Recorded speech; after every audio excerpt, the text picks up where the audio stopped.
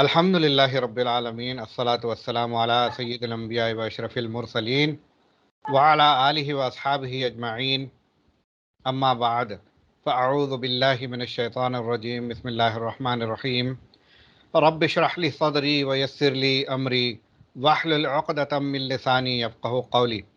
السلام علیکم ورحمۃ اللہ وبرکاتہ مغفرتہ۔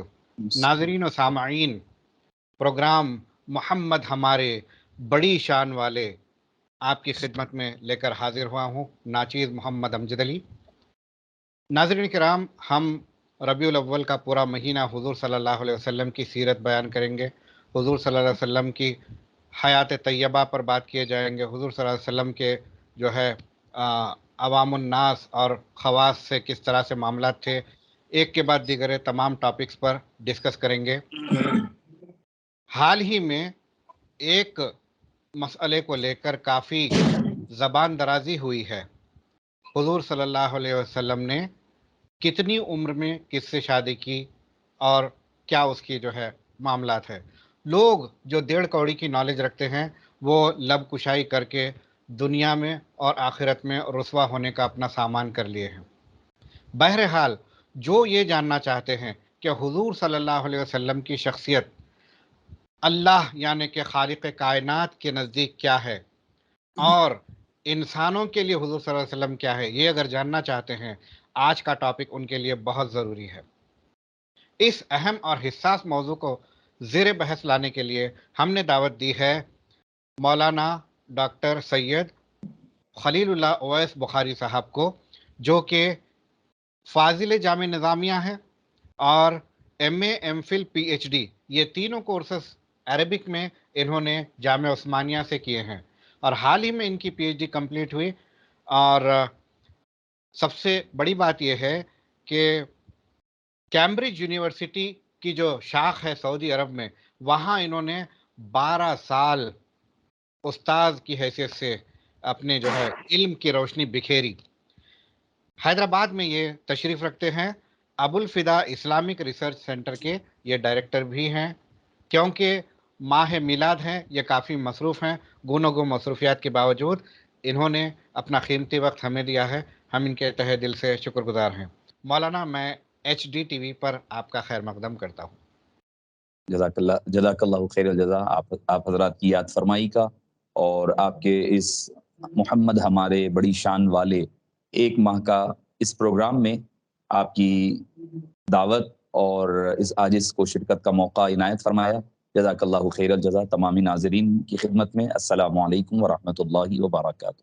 حضور صلی اللہ علیہ وسلم، prophet Muhammad peace be upon him, نے جو ہے 1 سے زائد شادیاں کی، یہ بھی لوگوں کو کھٹکتا ہے۔ اس کے علاوہ جو سب سے اہم بات یہ ڈسکس کرتے ہیں وداؤٹ نالج، بغیر علم کے، کہ حضور صلی اللہ علیہ وسلم نے اماں عائشہ رضی اللہ تعالیٰ عنہ سے اتنی چھوٹی عمر میں شادی کیوں کی، تو برائے مہربانی خلاصہ فرمائیں۔ الحمد للہ وحدہ والصلاة والسلام علی من لا نبی بعدہ۔ معزز سامعین کرام، شفیق بزرگوں اور عزیز ساتھیوں، جیسا کہ داعیے اینکر اور داعیے اجلاس نے جناب امجد علی صاحب نے آج اس سے جو سوال کیا ہے کہ نبی کریم صلی اللہ علیہ وسلم کے سیرت پاک کے حوالے سے کہ آپ صلی اللہ علیہ وسلم نے کئی ازواج کی جو کیوں رکھی ہیں، اس کی حکمتیں کیا ہے، اور ساتھ ہی ساتھ بی بی عائشہ رضی اللہ عنہا کی عمر شریف کے حوالے سے، پہلی بات میں آپ کے گوش و گزار کرنا ضروری سمجھتا ہوں۔ اللہ عز و جل ارشاد فرماتا ہے، یا نساء النبی، اے نبی کی عورتوں، لستن کاحد من النساء، تم عام عورتوں کی طرح نہیں ہو۔ یعنی اللہ تعالیٰ نے سب سے پہلے ان کا انٹروڈکشن جو قرآن کریم میں دیا ہے وہ یہ ہے کہ وہ خواتین عام خواتین نہیں ہیں، ان کو اللہ تعالیٰ نے عام خواتین سے جدا بنایا اور علیحدہ بنایا ہے، ان کی طرح کوئی اور نہیں ہے۔ تو نبی پاک صلی اللہ علیہ وسلم بے مثل و بے مثال اللہ نے پیدا فرمایا، اور آپ سے جو لوگ بھی جڑ گئے، مل گئے اور آپ سے جو اٹیچ ہو گئے، اللہ نے ان کو بھی منفرد اور بے مثال، بے مثل و بے مثال بنایا۔ یہاں پر یہ نہیں سبحان فرمایا اللہ۔ یا عائشہ لستی کاحد من النساء، نہیں فرمایا یا عائشہ، یا زینب، یا خدیجہ، یا ام سلمہ، یا جویریہ، یا حفصہ، یا صفیہ، نہیں فرمایا اللہ نے۔ یا نساء النبی فرمایا، یعنی نبی کی عورتوں، یعنی نسبت ان کو جو جوڑا گیا نبی پاک صلی اللہ علیہ وسلم کی طرف، ان کو نسبت کو جوڑا گیا. بتلایا جا رہا ہے وہ خواتین تو عام ہے، مگر چونکہ ان کا تعلق حبیب پاک صلی اللہ علیہ وسلم سے جڑ گیا ہے، اس وجہ سے وہ لوگ خاص بن گئی ہیں. تو ایک پہلی بات یہ ہے کہ ان کو عام خواتین کی طرح محمول کرنا یا ان کو عام خواتین سے کمپیر کرنا، یہ خود اسلامی قوانین اور قرآن و حدیث اور سنت کے خلاف ہے. دوسری اہم بات یہ ہے کہ آپ صلی اللہ علیہ وسلم نے جتنے بھی نکاح 11 کیے ہیں، ان 11 نکاحوں کو اگر ہم ڈیوائڈ کر لیتے بیٹھیں، اگر ہم کلاسیفائڈ کریں اور اگر ہم دیکھیں کہ ان کو علیحدہ علیحدہ طور پر دیکھیں گے، تو آپ صلی اللہ علیہ وسلم نے ہر ایک کی شادی کے پیچھے ایک حکمت ہے، ایک وزڈم ہے اور ایک ریزن ہے. نمبر 1 اگر آپ دیکھیں تو آپ صلی اللہ علیہ وسلم نے بڑی عمر کی عورتوں سے نکاح کیا، جیسے حضرت خدیجہ ہے. تو بتلایا کہ چونکہ اللہ تعالیٰ نے کیا فرمایا، لقد کان لکم فی رسول اللہ اسوۃ حسنہ، تمہارے لیے نبی پاک صلی اللہ علیہ وسلم کی زندگی میں ایک بہترین اسوہ اور نمونہ ہے. جب حضرت بی بی خدیجہ سے نکاح فرمایا بڑی عمر والی خاتون سے، تو اگر قیامت تک کے لیے کوئی آدمی کا نکاح بڑی عمر والی خاتون سے ہوتا ہے، تو وہ کیسے زندگی گزارے بڑی خاتون کے ساتھ، وہ ایک نمونہ آپ صلی اللہ علیہ وسلم کی وہ لائف کا وہ حصہ جو آپ نے بی بی خدیجہ رضی اللہ عنہا کے ساتھ گزارا، وہ ہمارے لیے اسوہ اور رول ماڈل بنے گا. اگر ایکول ایج والی لے لیں تو حضرت ام سودا رضی اللہ عنہا جو ایکول ایج کی ہے، آپ صلی اللہ علیہ وسلم کی ہم عمر قرار پاتی ہیں، وہ بھی ویڈو ہے، وہ بھی بیوہ ہوئی ہے، پہلے شوہر کا انتقال ہو گیا، اس کے بعد آپ صلی اللہ علیہ وسلم نے ان کی تعظیم و عزت اور اکرام بڑھانے کے لیے ان سے نکاح فرمایا. تو دوسرا نکاح جو فرمایا ہم عمر خاتون کے ساتھ، تو یہ ہمارے لیے ایک اسوہ اور نمونہ ہے کہ اگر شادی ہم عمر خاتون کے ساتھ ہوتی ہے تو کیسے زندگی گزاری جائے. تو آپ صلی اللہ علیہ وسلم کی وہ زندگی جو حضرت ام سودا کے ساتھ ہے، اس کو ہمیں دیکھنا پڑے گا. تیسری چیز یہ ہے کہ آپ صلی اللہ علیہ وسلم نے کم عمر کی خواتین سے نکاح فرمایا، جس میں خاص طور پر جیسے کہ آپ نے خود ذکر فرمایا حضرت سیدہ طیبہ طاہرہ ام المومنین عائشہ صدیقہ رضی اللہ عنہا کے بارے میں. تو آپ صلی اللہ علیہ وسلم بتا رہے ہیں کہ اگر کم عمر کی خاتون سے نکاح ہو جائے تو ان کے ساتھ کیسا نبھایا جائے، ان کے ساتھ کیسے ریلیشن شپ، کیونکہ عمر کے اعتبار سے سب سے کم ہے، عمر میں بڑا گیپ ہے، کہ ہمارے پاس بھی ہوتا ہے کہ کسی کی عمر 10 سال کا گیپ آ گیا، کسی کو 8 سال کا گیپ آ گیا. یہ جو گیپ آتا ہے تو ایک معنی میں یہ ہوتا ہے کہ ایک جنریشن چینج ہو جاتا ہے. وہ جنریشن چینج جب ہوتا ہے تو آدمی کی سوچ ایک اعلیٰ پیمانے پر جاتی ہے، خاتون کم عمر ہونے سے اس کی سوچ و فکر میں اس حد تک اس کا لیول نہیں بڑھتا، تو ایسی صورتحال میں ڈفرینسز آ جاتے ہیں. تو آپ صلی اللہ علیہ وسلم نے ان کے ساتھ جو نکاح کا معاملہ پیش فرمایا، اس کو ہمارے سامنے اسوہ اور نمونہ بنایا گیا. یعنی ایج وائز اگر ہم دیکھیں گے تو آپ صلی اللہ علیہ وسلم نے ہر ایج کی عورت سے نکاح فرمایا، الگ الگ ایجز کی. پہلی ایک ریزن آپ صلی اللہ علیہ وسلم نے جو زیادہ نکاح فرمایا تاکہ ہمارے لیے ایک نمونہ بنے، رول ماڈل بنے کہ کیسے آپ صلی اللہ علیہ وسلم نے مختلف ایج کی عورتوں کے ساتھ نکاح فرما کر کے مختلف طریقہ کار سے آپ نے زندگی گزاری. بی بی عائشہ رضی اللہ عنہا کے حوالے سے ایک بات عرض کروں، آپ صلی اللہ علیہ وسلم کیسے ان کے ساتھ محبت سے پیش آتے. ایک مرتبہ فرمایا کہ اے عائشہ، جب سے مجھے یہ پتا چلا ہے کہ تم جنت میں میری زوجہ اور اہلیہ ہوگی تو اب میرے لیے مرنا آسان ہو گیا. اتنی بڑی بات آپ صلی اللہ علیہ وسلم نے فرمائی کہ اے عائشہ، مجھے جب سے یہ پتا چلا ہے کہ تم میری جنت میں اہلیہ اور وائف ہوگی تو میرے لیے دنیا سے گزرنا آسان ہو گیا. اور جب بھی محبت کا اظہار کیسے فرماتے، دیکھتے آپ بی بی عائشہ رضی اللہ عنہا پانی پیتی، مٹی کا برتن ہوتا تو آپ صلی اللہ علیہ وسلم اس کو تلاش کرتے کہ کہاں سے بی بی عائشہ اما عائشہ نے پیا ہے، اسی مقام سے آپ پانی نوش فرمایا کرتے. تو یہ جو ایج گیپ جب آ جاتا ہے تو چونکہ ان کی عمر کم ہے، یہ دوسری ازواج کے ساتھ نہیں ملے گا آپ کو. بی بی عائشہ کے ساتھ خاص کیوں ملے گا؟ اس وجہ سے چونکہ ان کی ایج کم ہے، ان کی فکر اور سوچ اس بڑے لیول تک نہیں پہنچی ہے، تو ان کے لیے یہ چیزیں بڑی معنی رکھتی ہے، چھوٹی چھوٹی چیزیں. آپ صلی اللہ علیہ وسلم ان کے ساتھ یہ محبت بھرے انداز کے ساتھ پیش آتے. دوسرا جو ریزن آپ کو نظر آئے گا، جو سگنیفیکنس نظر آئے گا آپ صلی اللہ علیہ وسلم کے کئی ازواج کا، آپ صلی اللہ علیہ وسلم نے اپنے خاندان میں نکاح فرمایا. خاندان بنو ہاشم میں حضرت بی بی خدیجہ ہے، پھر قریش میں نکاح فرمایا، حضرت زینب بنت جہش ہے اور حضرت ام سلمہ وغیرہ، حضرت حفصہ ہے جو بنو عدی کی سے حضرت عمر فاروق کی بیٹی. تو خاندان میں، قبیلے میں، خاندان بنو ہاشم میں، قبیلہ بنو قریش میں، پھر خاندان کے قبیلے کے باہر بھی نکاح فرمایا، وہ بنو امیہ میں آپ نے ام حبیبہ حضرت ابو سفیان کی بیٹی سے نکاح فرمایا.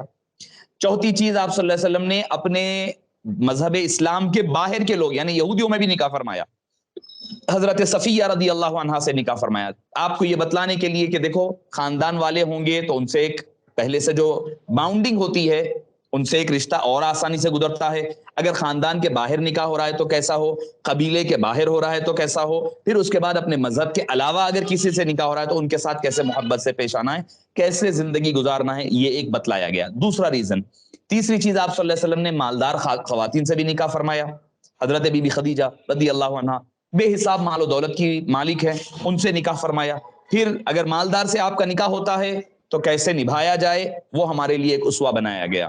پھر ایکول لیول والی خواتین ہیں ان سے بھی نکاح فرمایا، غریب خواتین ہیں ان سے بھی نکاح فرمایا. تو آپ صلی اللہ علیہ وسلم نے جتنے ٹائپس بن سکتے تھے ان سب کے ٹائپس کے الگ الگ آپ نے نکاح فرمائے. اور ایک اہم بات کی طرف میں آپ کی اجازت سے میں توجہ دلانا چاہوں گا. ارشاد. آپ صلی اللہ علیہ وسلم نے اپنی حیات مبارکہ کا پہلا نکاح 50 سال کی عمر تک، 50 کیا بلکہ 52 سال کی عمر تک آپ صلی اللہ علیہ وسلم کی صرف ایک ہی زوجہ تھی، بی بی خدیجہ. حضرت بی بی خدیجہ رضی اللہ عنہا کا وصال ہو گیا، انتقال، حضرت ابو طالب کا انتقال، ان کا دونوں کا پے در پے انتقال ہو جانے سے آپ صلی اللہ علیہ وسلم غمزدہ رہنے لگے. تو آپ صلی اللہ علیہ وسلم کو اللہ عز و جل نے معراج پاک کے لیے بلایا، اور معراج پاک پر بلا کر اللہ کے حبیب صلی اللہ علیہ وسلم کو اپنے دیدار اور جلوے سے مشرف فرمایا. اب آپ اندازہ لگائیے کہ کوئی اللہ کا جو دیدار کر لے، اللہ کا جلوہ دیکھ لے، تو اب دنیا کا حسن و جمال ان کی نظر میں کیا رہے گا؟ ہیچ ہو جائے گا. بالکل.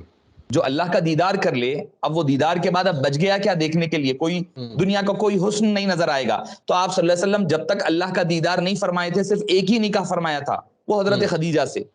باقی کے جو 10 نکاح ہے وہ معراج پاک کے بعد فرمائے. تو مطلب یہ ہوا کہ آپ صلی اللہ علیہ وسلم جب اللہ کا جلوہ دیکھ لیا تو اب خواتین، دنیا کا حسن و جمال کوئی معنی نہیں رکھتا. جو لوگ کہتے ہیں کہ آپ صلی اللہ علیہ وسلم نے دنیا کے لیے، اپنے نفس کے لیے یا پھر اپنی خواہش کے لیے نکاح فرمایا، ان کا یہ جواب از خود رد ہو جائے گا.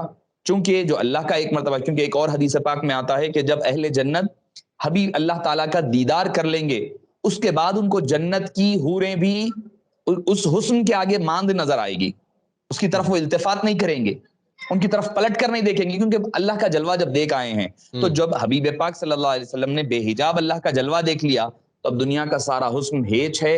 اب نکاح فرما رہے ہیں تو اللہ عز و جل کے حکم سے ایک مصلحت یہ ہے کہ بھئی خاندانوں کو جوڑا جائے، قبیلوں کو قریب کیا جائے. جب آپ صلی اللہ علیہ وسلم نے نکاح فرما لیا، جیسے کہ حضرت ام حبیبہ سے نکاح فرمایا، حضرت ام حبیبہ سے نکاح فرمائے بعد حضرت ابو سفیان نے پھر کوئی جنگ نہیں لڑی آپ صلی اللہ علیہ وسلم سے، کوئی جنگ نہیں لڑی. غزوہ خندق آخری جنگ تھی جو حضرت ابو سفیان آئے لڑنے کے لیے جنگ. اس کے بعد حضرت ام حبیبہ سے نکاح ہو گیا تو اب سوچ میں پڑ گئے، اپنی بیٹی کے شوہر یعنی آپ صلی اللہ علیہ وسلم خسر کے خسر ہو گئے ہیں، اب داماد سے کیسے جنگ لڑی جائے؟ آپ صلی اللہ علیہ وسلم نے ان حکمتوں کے تحت نکاح فرمایا. جنگ و جدال کو آپ نے ختم فرمایا، قبیلوں کو قریب فرمایا.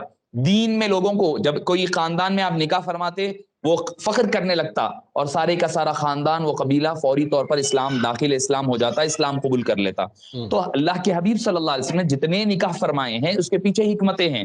خاندانوں کو قریب کیا، لوگوں کے دلوں کو جوڑا، لوگوں کی جو نفرتیں تھیں اس کو محبتوں میں تبدیل فرمایا. اور جب یہودیوں سے نکاح فرمایا تو یہودی اس کے بعد کوئی سازشیں نہیں کرنے لگے. تو ان کے علاوہ کئی اور اس دور کے جو رسومات تھی ان رسومات کو بھی توڑا. جیسے کہ حضرت زینب بنت جہش، ابھی حالیہ آپ جیسا ابھی اپنے انٹروڈکشن میں بھی آپ ذکر فرمائیں کہ حالیہ دنوں میں جو یہ واقعہ بڑا طول پکڑا اور بڑا شہر حیدرآباد اپنے لوگوں، مسلمانوں کے درمیان اور غیروں میں بھی اس چیز کا غم و غصہ پایا جاتا تھا، وہ حضرت سیدتنا زینب بنت جہش رضی اللہ عنہا کا نکاح وہ اس لیے فرمایا چونکہ اس دور میں یہ پایا جاتا تھا کہ جو منہ بولا بیٹا ہوتا ہے، اڈاپٹڈ سن ہوتا ہے، they consider as their own son. ان کو پراپرٹی میں، انہیریٹنس میں اور ان کو ہر طریقے کا حق دیا جاتا اور ان کو حقیقی بیٹے کی طرح مانا جاتا. تو اللہ کے حبیب صلی اللہ علیہ وسلم کے ذریعے سے یہ رسم کو، جو رواج تھا، جو غلط تھا، جو اسلام کی روح سے غلط ہے، اس کو صبح قیامت تک کے لیے اسلام نے ختم کر دیا. آپ صلی اللہ علیہ وسلم نے فرمایا کہ جو اڈاپٹڈ ہوگا وہ اڈاپٹڈ ہی ہوگا، وہ ریئل سن نہیں بن سکتا. بالکل. ایک حد تک کہ ماں باپ کے ساتھ رہ سکتا ہے، مگر جب عمر بڑھ جائے تو اس کو بھی علیحدہ رہنا پڑے گا، تو وہ غیر ہوگا اور اس کو پراپرٹی میں کوئی حصہ نہیں ملے گا، پراپرٹی میں بھی کوئی حصہ نہیں ملے گا.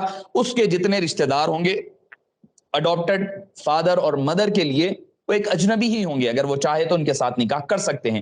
آپ صلی اللہ علیہ وسلم نے جو مت تھا، یہ پائی جانے والی غلط رسم تھی کہ منہ بولا بیٹا حقیقی بیٹا ہوتا ہے، ان کی بیوی آدمی کی بہو ہوتی ہے، تو بہو سے تو نکاح نہیں کر سکتے. تو یہ جو مت تھا اس کو ختم کرنے کے لیے اسلام نے، آپ صلی اللہ علیہ وسلم نے نکاح فرمایا حضرت زینب سے.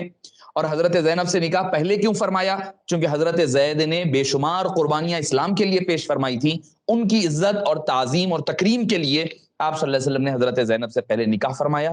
اس کے بعد پھر ان کے طلاق ہونے کے بعد آپ نے خود نکاح فرما کر کے یہ واضح کر دیا قیامت تک کے لیے، منہ بولا ہوتا ہے، حقیقی ہوتا ہے، منہ بولے کو حقیقی کا منصب نہیں دیا جا سکتا ہے. تو یہ چند حکمتیں ہیں، اور کئی اس کے علاوہ تو اللہ ہی بہتر جانے اور کیا کیا حکمتیں ہیں اس کے پیچھے پس پردہ جو ہماری ناقص رائے میں اور ناقص سمجھ میں آتی ہے عقل میں. وہ یہ چند حکمتیں ہیں جو آپ صلی اللہ علیہ وسلم نے کئی نکاح فرمائے ہیں، کئی بہت پیارے متعدد. انداز میں آپ نے سمجھایا ہے، بہت ہی جی مختصر سے وقت میں آپ پورے پہلوؤں کا جو ہے احاطہ کر لیا کہ حضور صلی اللہ علیہ وسلم جزاک نے اللہ خیر. زیادہ، ایک سے زیادہ تعداد میں شادیاں کیوں کی. یہ بے یہ شک یہ صرف ایک کلپ اگر کوئی دیکھ لینا تو ان کے عقل کے جو ہے سارے ڈھکن ہیں وہ کھل جائیں گے انشاءاللہ. بے شک بے شک. اب میں دراصل مسئلہ یہ ہے کہ اگر جو عقل اور فہم کے ساتھ ہوں، مطلب سمجھنے کی ارادے کے تحت اگر کوئی سمجھے اور سنے تو اس کے لیے فائدہ ہوگا. اگر کوئی صرف ہٹ دھرمی کے طور پر یا لڑائی جھگڑے کے طور پر ہی رکھے، ڈیبیٹ برائے ڈیبیٹ رکھا جائے، تو میں سمجھتا ہوں پھر اس کے لیے دروازے عقل کے بھی نہیں کھلیں گے، دل کے بھی نہیں کھلیں گے. بالکل بالکل، جو صرف اور صرف دشمنی کی نیت سے جو بے بحث شک. کرتا ہے وہ شاید کبھی نہیں سدھرے گا. اللہ ہی اس کا حافظ ہے. اب میں آمین. اماں عائشہ رضی اللہ تعالیٰ عنہ کے نکاح کے تعلق سے پوچھنا چاہوں گا کہ یہ روایتوں میں مختلف ہے، کوئی کچھ کہتا ہے کوئی کچھ کہتا ہے، تو یہ ایک ڈیبیٹیبل ایشو ہے. تو جی نکاح کب ہوا اور رخصتی کب ہوئی؟ اجماع جی کیا ہے اس کے اوپر؟ جی بسم اللہ الرحمن الرحیم. دیکھیے حضرت سیدتنا عائشہ صدیقہ رضی اللہ عنہا کی جو آپ صلی اللہ علیہ وسلم سے نکاح کی عمر ہے، اس کے بارے میں دو روایتیں ملتی ہے. ایک پہلی روایت جس پر آپ نے فرمایا اجماع کے حوالے سے، وہ جس پر اجماع ہے چونکہ یہ بخاری شریف میں راست آئی ہے اور یہ کوئی راوی کی بات نہیں ہے، راوی خود حضرت بی بی عائشہ رضی اللہ عنہا خود ہے. وہ فرماتی ہے کہ جب میں 6 سال کی تھی میرا نکاح ہوا آپ صلی اللہ علیہ وسلم سے، اور اس کے بعد میں جب 9 سال کی ہوئی تب میری رخصتی حبیب پاک صلی اللہ علیہ وسلم کے ساتھ ہوئی ہے. یہ خود حضرت سیدتنا عائشہ صدیقہ رضی اللہ عنہا حضرت عروہ رضی اللہ عنہ سے روایت فرمائی ہیں، اور اس کو امام بخاری نے اپنی صحیح میں نقل فرمایا ہے. ایک بات. دوسری روایت جو تاریخی اعتبارات سے ہیں، وہ کہتے ہیں کہ بھئی 18 سال آپ کی عمر شریف تھی، 16 سال میں نکاح ہوا، 18 یا 19 سال میں آپ کی وداعی ہوئی ہے. واللہ عالم بالصواب. مگر اکثریت اور اجماع اسی طرف ہے کہ 6 اور 9 کی طرف زیادہ کی اکثریت کی رائے ہے.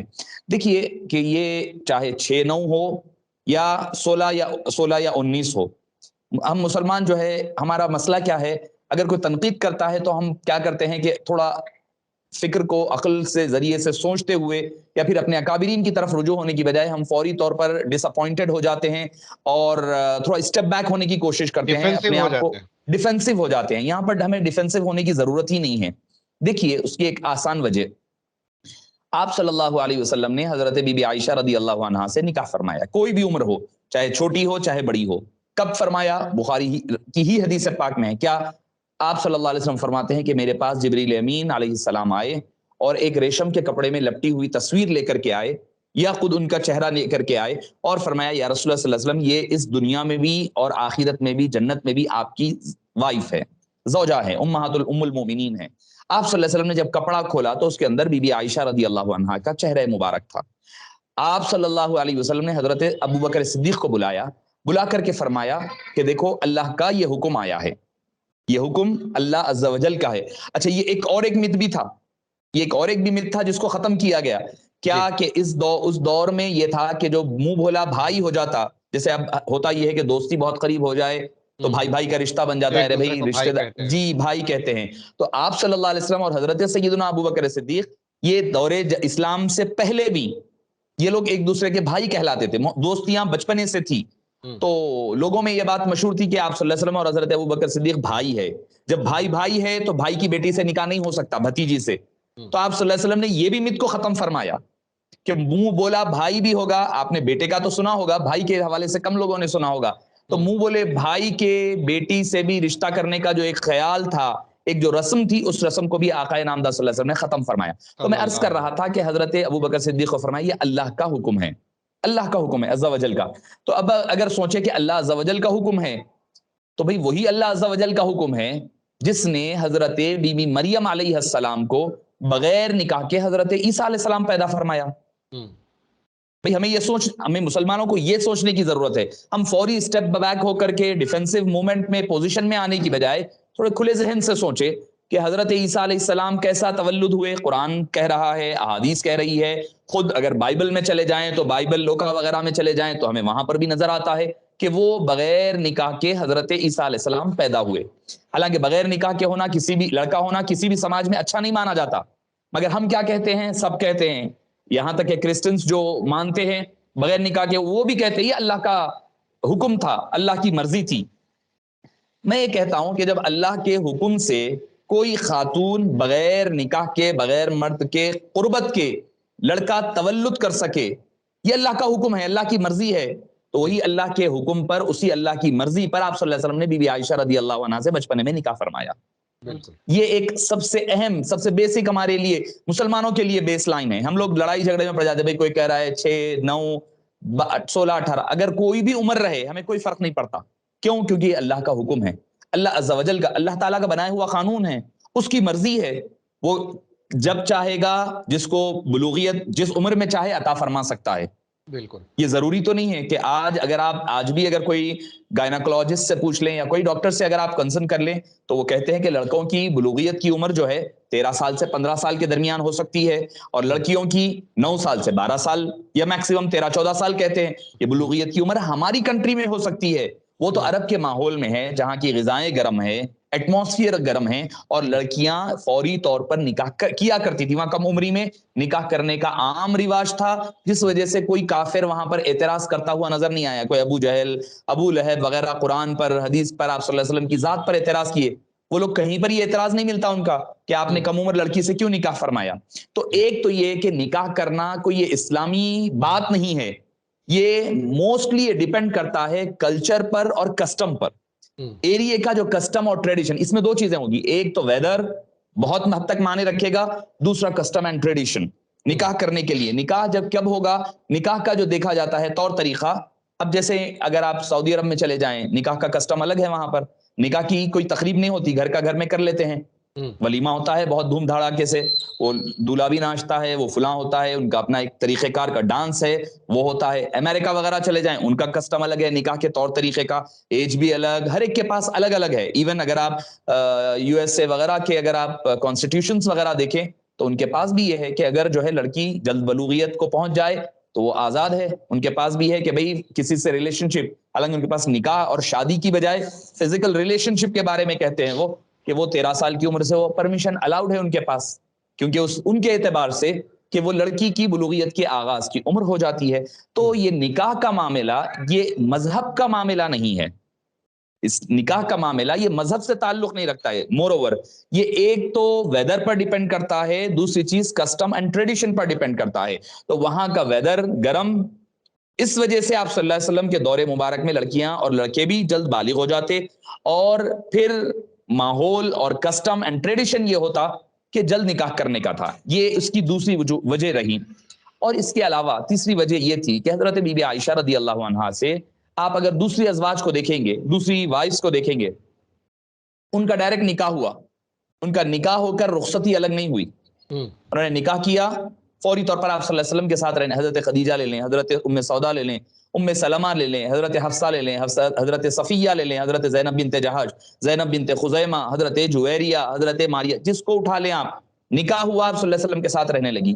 بی بی عائشہ رضی اللہ عنہا کی 6 سال میں شادی ہو گئی, نکاح ہو گیا, مگر آپ فوری طور پر رہنے نہیں لگی. چاہے آپ 6 مانے چاہے 16 مانے, ہر 2 اعتبارات سے 3 سال کا گیپ رہا رخصتی کے لیے. رخصتی کے لیے 3 سال کا گیپ رہا. مدینہ پاک جانے کے بعد بدر کی لڑائی سے پہلے حضرت صدیق اکبر رضی اللہ عنہ آئے اور آ کر کہنے لگے یا رسول اللہ آپ کی زوجہ میرے پاس ہے گھر پر رکھی ہوئی, آپ رخصتی فرما لیں. تو آپ صلی اللہ علیہ وسلم نے ارشاد فرمایا میرے پاس مہر ادا کرنے کی رقم نہیں ہے. تو حضرت ابو بکر صدیق نے بطور قرض آپ صلی اللہ علیہ وسلم کو 500 درہم دیے ہیں اپنی بیٹی کا مہر ادا کرنے کے لیے. ماشاء تو آپ صلی اللہ علیہ وسلم کیوں ہوا یہ؟ حضرت ابوبکر صدیق کو جب یہ پتا چل گیا کہ ان کی بیٹی 3 سال کے بعد بلوغیت کو پہنچ چکی ہیں، بالغ ہو چکی ہیں، تبھی وہ آ کر کے آپ صلی اللہ علیہ وسلم کے دربار میں معروضہ رکھے کہ آپ اپنی اہلیہ کو لے جائیں. تو آپ صلی اللہ علیہ وسلم نے اس کے بعد ان سے رخصتی فرمائی اور اس کے بعد اپنے گھر میں واپس اپنے حرم مبارک میں لے آئے. یہ تھی تیسری وجہ. چوتھی وجہ یہ ہے کہ حضرت بی بی خدیجہ بی بی عائشہ رضی اللہ عنہا آپ صلی اللہ علیہ وسلم کی دنیا سے پردہ فرمانے کے بعد سب سے آخر میں وفات پاتی. بہت عرصے تک رہی آپ، 65 ایئرس کی ایج پائی آپ نے. اور آپ نے صحابہ کرام کو، بڑے بڑے صحابہ کرام کو آپ نے علم دین بعد میں سکھایا.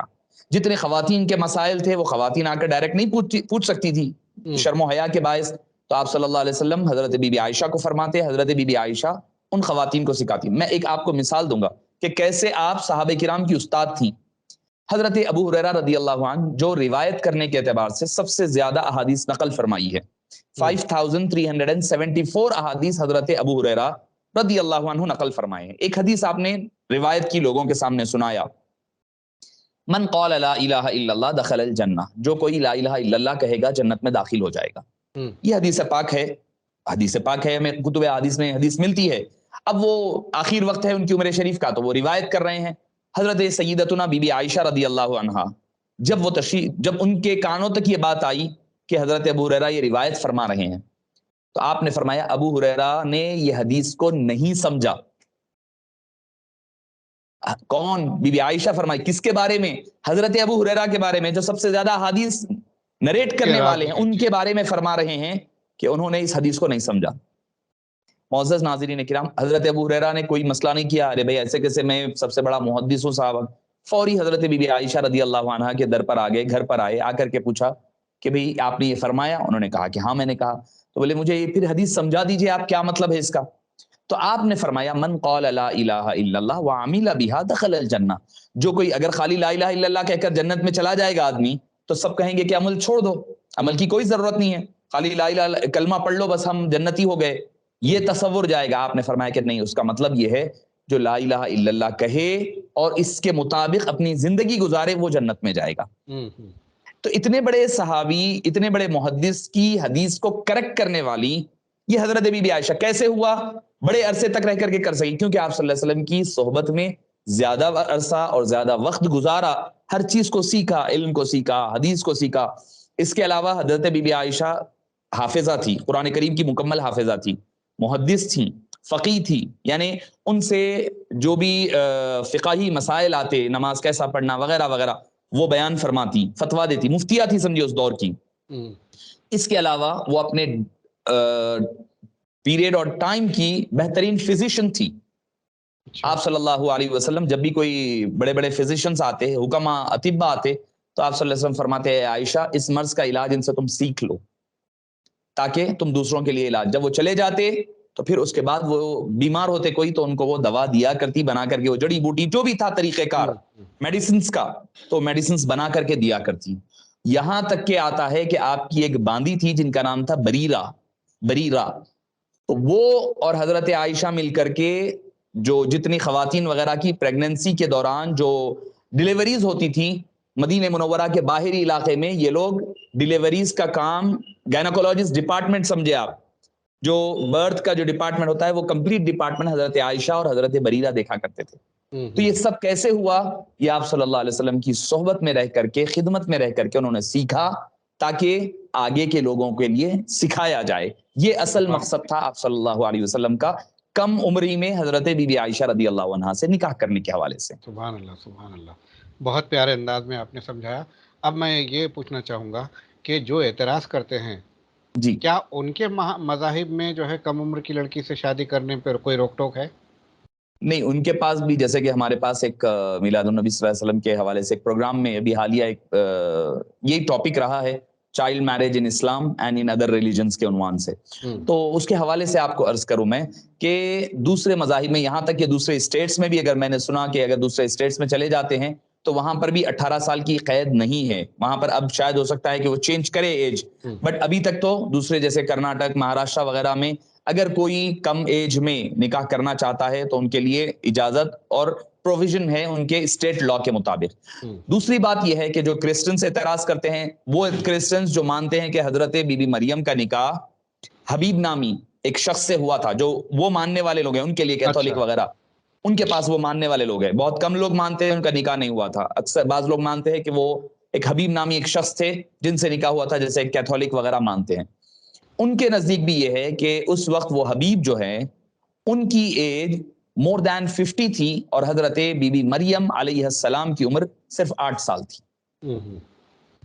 حضرت بی بی مریم کے حوالے سے جو کرسچن سے اعتراض کرتے ہیں ان کے اعتراض کا یہ جواب ہے۔ اس کے علاوہ ہم دیکھیں گے تو جو ہندو مذہب کے سب سے بڑے ہیں، جن کو رام کہا جاتا ہے، رام جی جن کو ہم کہتے ہیں، رام صاحب جو ہے، ان کے نکاح کے حوالے سے بھی آتا ہے، انہوں نے بھی شادی کم عمر کی لڑکی سیتا سے کی تھی، اس وقت ان کی عمر 6 سال تھی۔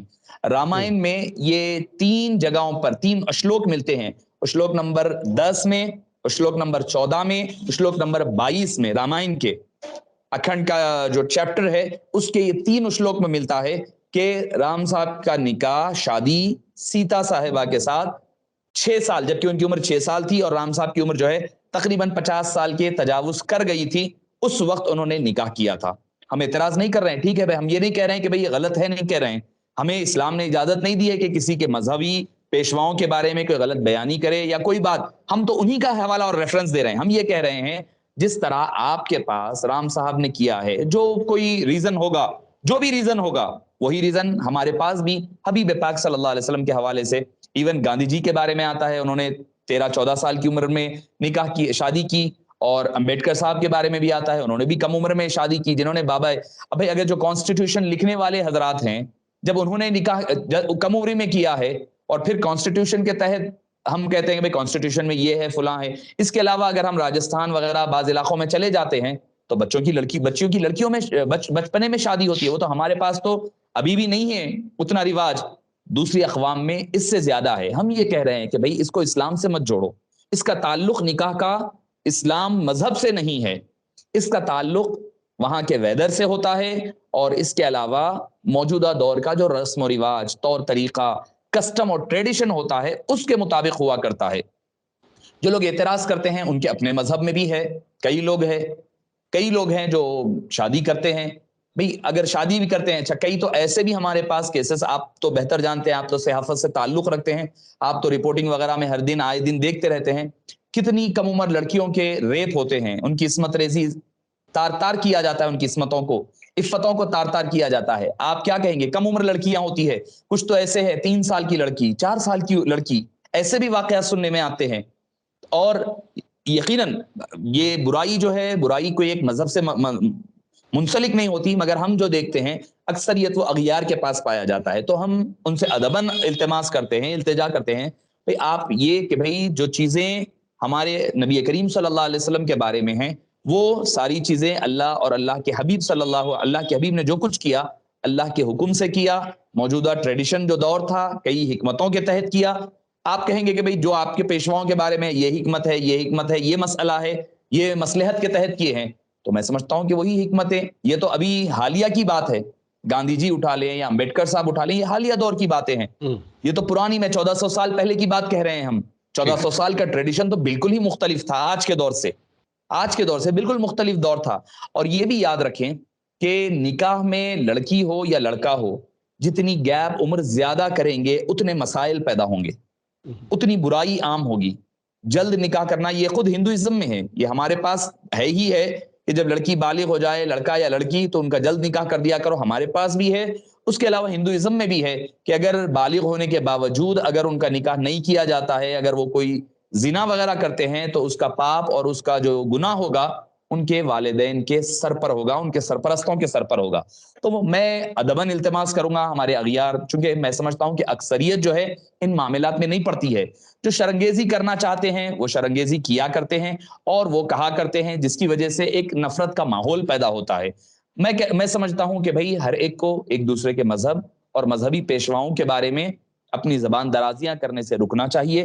ایسا نہ ہو کہ بھئی اب ایک اگر آپ صلی اللہ علیہ وسلم کے بارے میں کہیں گے، اب ہم کاؤنٹر کے طور پر ان کے جو مذہبی پیشواؤں کے بارے میں کہیں گے تو ایک تفریق پیدا ہوگی. یہ ماحول ہمارے ملک کے لیے، ہمارے شہر کی امن و امان کو بگاڑنے کا سبب بنے گا. ٹھیک ہے مولانا، آپ کا بہت شکریہ. آپ نے جو ہے اپنا قیمتی وقت دیا اور کافی قیمتی معلومات سے ہمیں نوازا. کئی چیزیں جو بہت سارے لوگوں کو نہیں پتہ ہوں گی، کن کن وجوہات سے حضور صلی اللہ علیہ وسلم نے یہ اعمال کیے ہیں، تو میرے خیال سے بہت ہی مفید رہے گا عوام الناس کے لیے، بالخصوص غیر قوموں کے لیے جو خواہ جو ہے بہتان باندھتے ہیں. تو انشاءاللہ اگلے موضوع کے ساتھ آپ کے ساتھ وقت گزارنے کی میں جو ہے سعادت حاصل کروں گا. آپ ضرور تشریف لائیے. بہت شکریہ. انشاءاللہ. جزاک اللہ خیر. السلام علیکم ورحمۃ اللہ وبرکاتہ. وعلیکم السلام. تو ناظرین کرام، یہ تھے جناب ڈاکٹر سید خلیل اللہ اویس بخاری صاحب، جو کہ حضور صلی اللہ علیہ وسلم کی تعداد ازواج اور کس عمر میں اما عائشہ رضی اللہ تعالیٰ عنہ سے نکاح کیا، وجوہات ان کی کیا کیا تھی، بہت ہی اچھے انداز میں انہوں نے بیان فرمایا ہے. اب یہاں ہماری ذمہ داری پوری ہوتی ہے. اب آپ کی ذمہ داری یہ ہے کہ یہ پورے پروگرام کو بغور دیکھیں اور زیادہ سے زیادہ اس کو اپنے احباب میں شیئر کریں، تاکہ بہت سارے لوگوں کے علم میں اضافہ ہو، غلط فہمیاں دور ہو. جو امن کا شیرازہ بکھر رہا ہے وہ شیرازہ بکھرنے سے بچ جائے، لوگ گستاخی کرنے سے بچ جائے، لوگ جہنم کا راستہ اختیار کرنے سے بچ جائے. ساتھ ساتھ میں یہ کہوں گا کہ ایچ ڈی ٹی وی کو آپ لائک کریں، شیئر کریں، سبسکرائب کریں اور بیل آئیکن کو ضرور پریس کریں، تاکہ روزانہ کے ہمارے تازہ ترین ویڈیوز آپ تک پہنچنے کی آپ کو اطلاع بر وقت مل جائے. ہمیں دیجیے اجازت. اللہ حافظ.